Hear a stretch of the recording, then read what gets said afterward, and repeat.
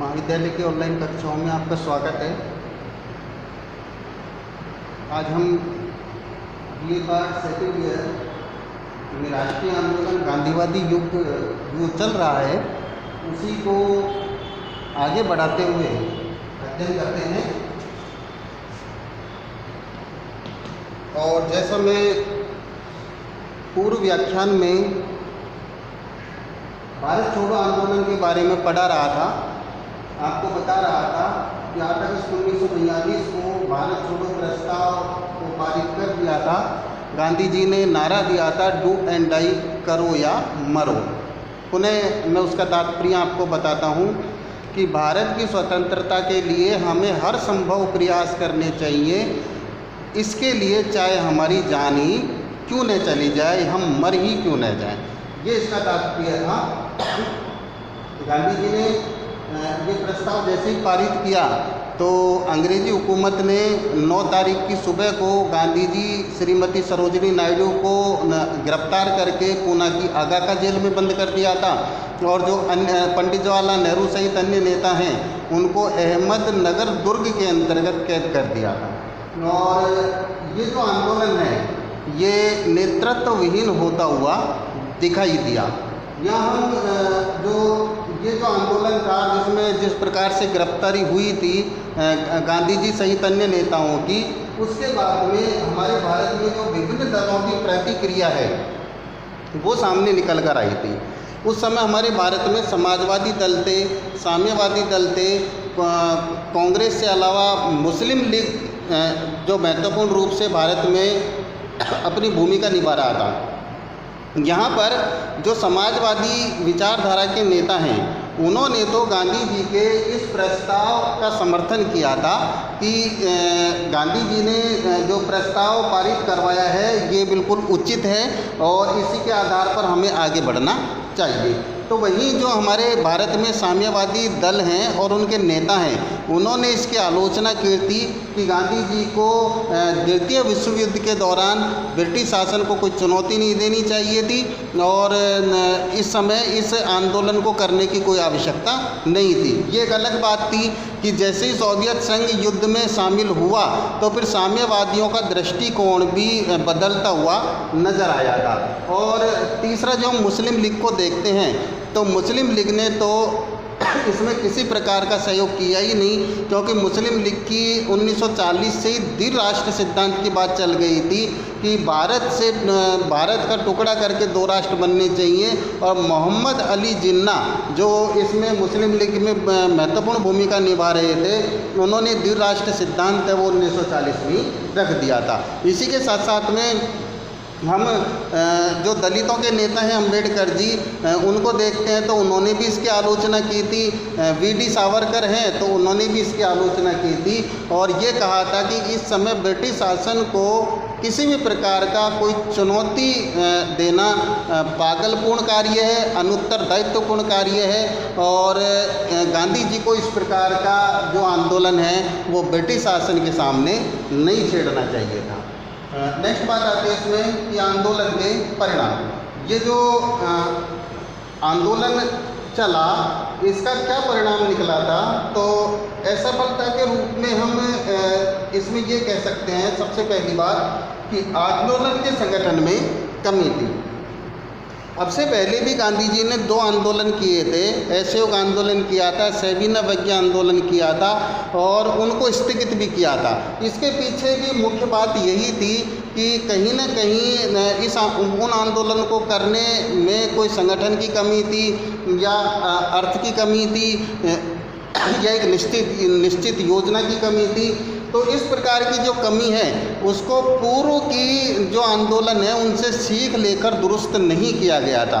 और ये जो आंदोलन चलाया था इस आंदोलन में भी विभिन्न राजनीतिक दल हैं और उनके संगठन विभिन्न राजनीतिक दल हैं, उनको एक साथ में लेना चाहिए था और ये भी करना चाहिए था कि गांधी जी को अच्छी तरीके से पता था कि जब युद्ध के दौरान हम इस प्रकार का प्रस्ताव पास करेंगे और हम इस प्रकार का आंदोलन छेड़ने जा रहे हैं तो निश्चित रूप से ब्रिटिश शासन हमारे ऊपर कार्रवाई करेगा।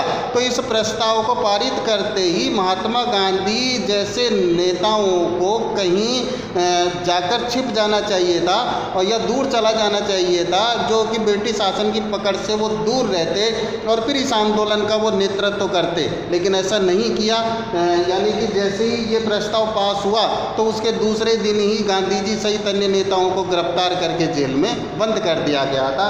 अतः ये कहेंगे कि इस आंदोलन के संगठन में कमी थी। दूसरी जो बात आती है कि सरकारी नेता व कर्मचारियों की शासन के प्रति वफादारी। जब ये आंदोलन चला तो उस दौरान आवश्यकता इस बात की थी कि हमारे भारत में जितने भी राजनेता हैं वो और जितने भी सरकारी कर्मचारी हैं, अधिकारी कर्मचारी या सेना है, वो ये सारे के सारे मिलकर और भारतीयों का साथ देते, एकताबद्ध रूप से आकर और इस आंदोलन को सफल बनाने के लिए पुरजोर प्रयास करते।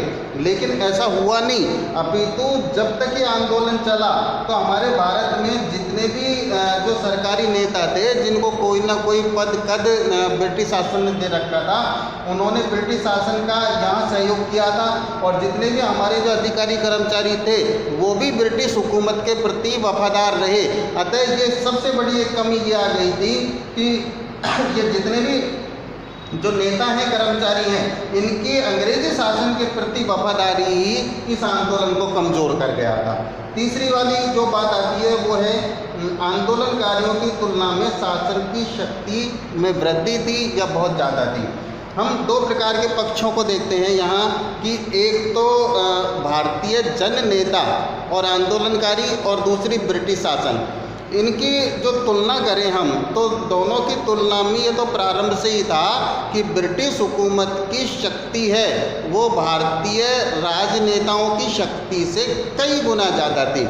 हमारे पास में कोई आर्थिक शक्ति नहीं थी, हमारे पास में कोई सैनिक शक्ति नहीं थी, हमारे पास में किसी प्रकार के कोई शस्त्र नहीं थे। इधर को जो अंग्रेज़ों को हम देखते हैं तो उनकी आर्थिक जो शक्ति है वो भी अच्छी थी, उनमें पूरी तरीके से एक एकता भी थी, शासन भी उनका था, उनके पास में आधुनिक शस्त्र भी थे। ये सारी चीज़ें उन्हीं के पास में ज़्यादा सकारात्मक थी। तो ऐसी स्थिति में जब इस आंदोलन को प्रारंभ किया गया तो पुरजोर तरीके से शासन के द्वारा इस आंदोलन को कुचलने का प्रयास किया और ऐसा हुआ भी। पहले कोशिश ये होनी चाहिए थी कि हम अपनी शक्तियों में वृद्धि करते और कम से कम ये कहा जा सकता है कि हम अंग्रेज़ों के बराबर नहीं तो अंग्रेज़ों की तुलना में हम उनके आसपास तो जाते और तब जाकर इस आंदोलन को करते तो शायद ये आंदोलन है वो सफल भी होता और इसका जो परिणाम है वो नकारात्मक निकला, वहाँ पर सकारात्मक भी निकलता हुआ दिखाई देता। अब यहाँ हम ये जो स्थिति बनी उसके आगे हम ये कह सकते हैं कि ऐसा नहीं है कि भारत छोड़ो आंदोलन का उपरोक्त कमियों के बाद में किसी प्रकार का कोई महत्व नहीं रहा था, अपितु इस आंदोलन का एक बहुत बड़ा महत्व राष्ट्रीय आंदोलन में माना जाता है। और उसी को हम देखेंगे विभिन्न बिंदुओं के आधार पर कि ऐसी इस आंदोलन के बाद में क्या घटनाएं घटित हुई थी या क्या जो स्थिति है वो निकलकर सामने आई थी जिससे भारतीय स्वतंत्रता है उसका आधार तैयार हो गया था। हाँ, ये कहा जा सकता है कि आंदोलन शुरुआत में असफल तो रहा, लेकिन इस आंदोलन ने एक बहुत बड़ी चिंगारी भी भारत में उत्पन्न कर दी थी।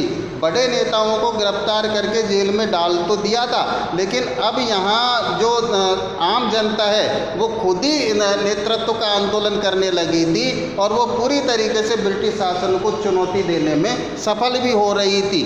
और एक समय ऐसा आया जब शासन के द्वारा ये सोचा जाने लगा कि भारत का जो सहयोग है वो इनको स्वतंत्रता देने के साथ में किया जा सकता है, अपितु हम बहुत लंबे समय तक भारत पर अब शासन नहीं कर सकते।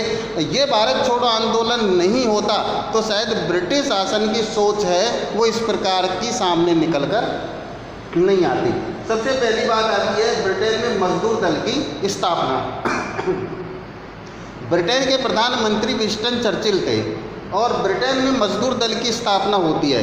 ब्रिटेन में उस समय भी और आज भी दो राजनीतिक दल हैं, एक तो अनुदार दल है और दूसरा मजदूर दल है। मैं यहाँ स्पष्ट करना चाहूँगा कि अनुदार दल की जो विचारधारा है वो हमेशा भारत को परतंत्र रखने की रही थी और मजदूर दल की जो विचारधारा है वो प्रारंभ से ही भारत को स्वतंत्रता देने के पक्ष में थी।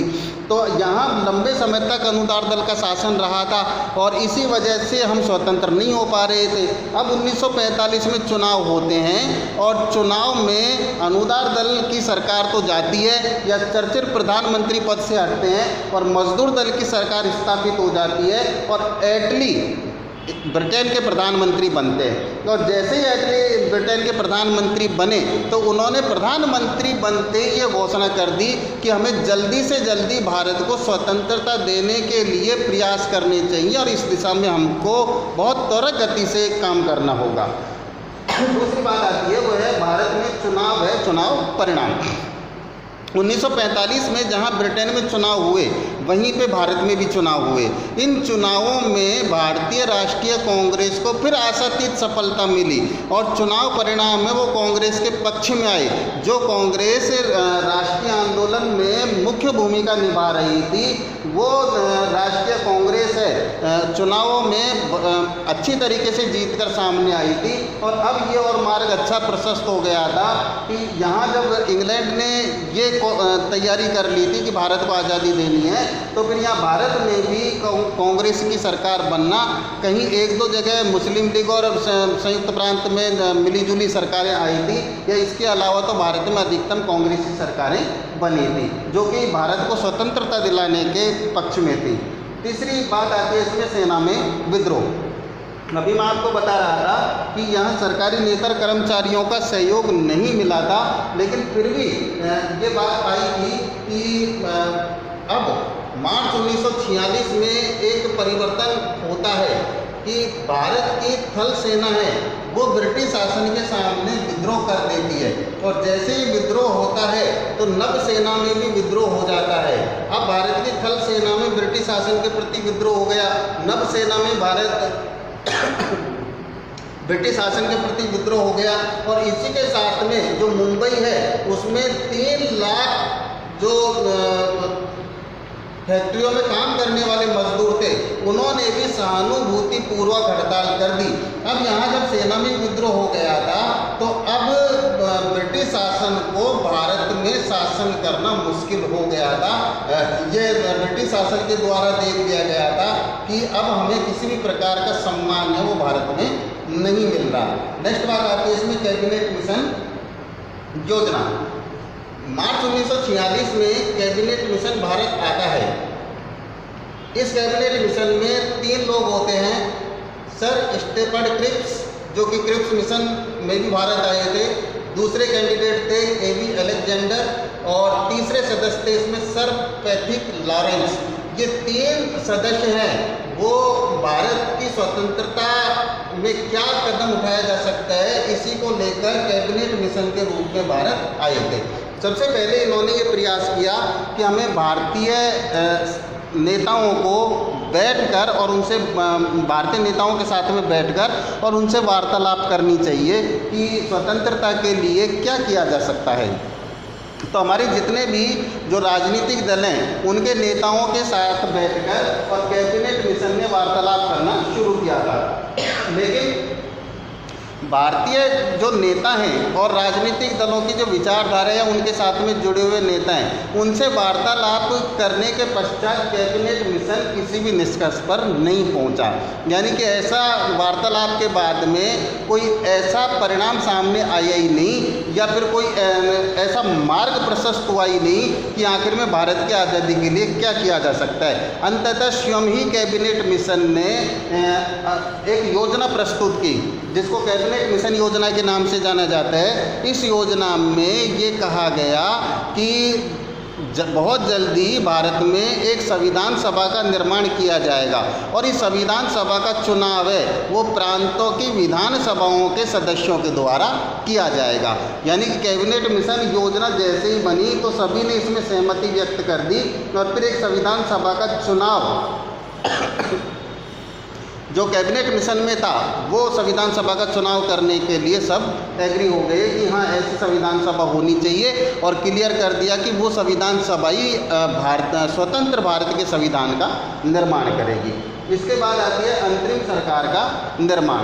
जैसे ही कैबिनेट मिशन योजना को लागू किया 2 सितंबर 1946 को, ध्यान दीजिएगा, फिर 2 सितंबर 1946 को पंडित जवाहरलाल नेहरू की अध्यक्षता में अंतरिम सरकार का निर्माण कर दिया गया।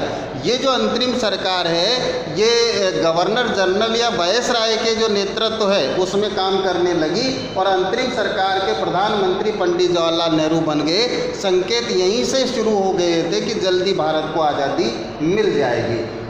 नेक्स्ट बात आती है इसमें माउंटबेटन योजना। एटली भारत को जल्दी से जल्दी स्वतंत्रता प्रदान करना चाहते थे।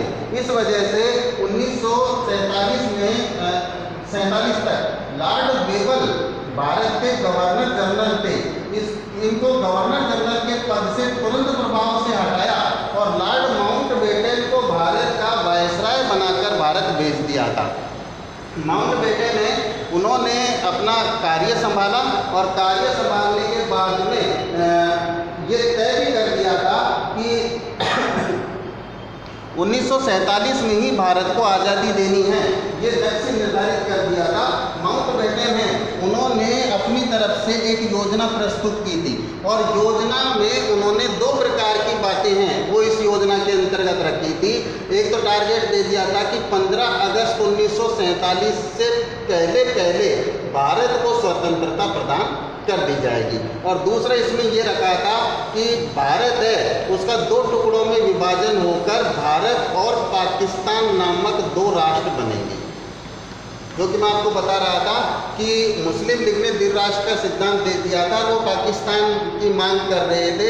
गांधी जी नहीं चाहते थे कि भारत के टुकड़े होने चाहिए, पाकिस्तान का निर्माण होना चाहिए, लेकिन पंडित जवाहरलाल नेहरू जैसे नेता हैं उनका ये कहना गांधी जी को कि इस दुखदायी पहलू को इस समय हमें स्वीकार करना पड़ेगा, तभी भारत की आज़ादी हो सकती है, अन्यथा इसमें मुस्लिम लीग है वो अवरोध स्थापित करेगा और अंग्रेज हैं वो भारत में और बने रहेंगे। अतः ये 2 प्रकार की जो बातें हैं वो माउंटबेटन योजना में रखी थी, और ऐसा ही हुआ। 15 अगस्त 1947 को भारत को स्वतंत्रता प्रदान हो गई थी, और भारत है उसका 2 टुकड़ों में विभाजन करके भारत और पाकिस्तान का निर्माण हो गया था। इस प्रकार से जो ये बात आ रही थी कि भारत को स्वतंत्रता मिलनी चाहिए, ये 1885 में भारतीय राष्ट्रीय कांग्रेस की स्थापना से पूर्व ही 1857 में क्रांति का होना, फिर उसके बाद में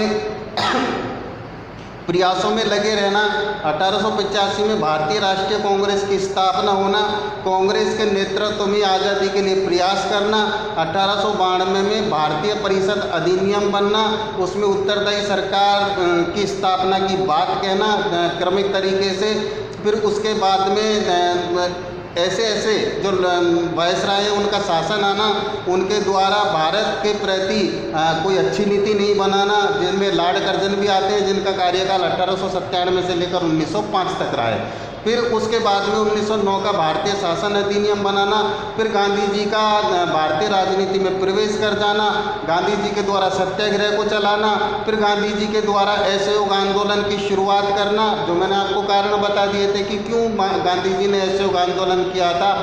उस आंदोलन को चोरा चोरी की घटना के बाद में स्थगित करना, फिर उसके बाद में गांधी जी का दूसरा आंदोलन सविनय अवज्ञा आंदोलन चलाना, लॉर्ड इरविन समझौता होना, लॉर्ड विलिंगटन के द्वारा उस समझौते का उल्लंघन करना, फिर गांधी जी के द्वारा व्यक्तिगत सत्याग्रह व्यक्तिगत सविनय अवज्ञा चलाना, फिर उसके बाद में गांधी जी का दूर हट जाना, फिर गांधी जी का 1940 में पुनः व्यक्तिगत सत्याग्रह चलाना, फिर उसको भी स्थगित कर देना, फिर गांधी जी के द्वारा मुंबई में करो या मरो का प्रस्ताव पास करवाना भारत छोड़ो आंदोलन का, गांधी जी का गिरफ्तार होना, जेल जाना, जनता के द्वारा नेतृत्व को लेना, इंग्लैंड में मजदूर दल की स्थापना होना, ये तय करना कि जल्दी से जल्दी भारत को आज़ादी देनी है, कैबिनेट मिशन भारत का आना, कैबिनेट मिशन के द्वारा एक योजना प्रस्तुत कर देना, भारत में संविधान सभा का निर्माण होना, अंतरिम सरकार का निर्माण होना, जवाहरलाल नेहरू जी का प्रधानमंत्री बनना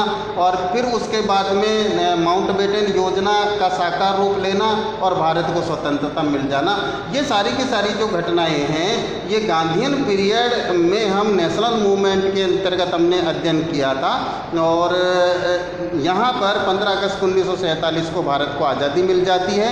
हम क्रमबद्ध रूप से आगे बढ़ते रहेंगे।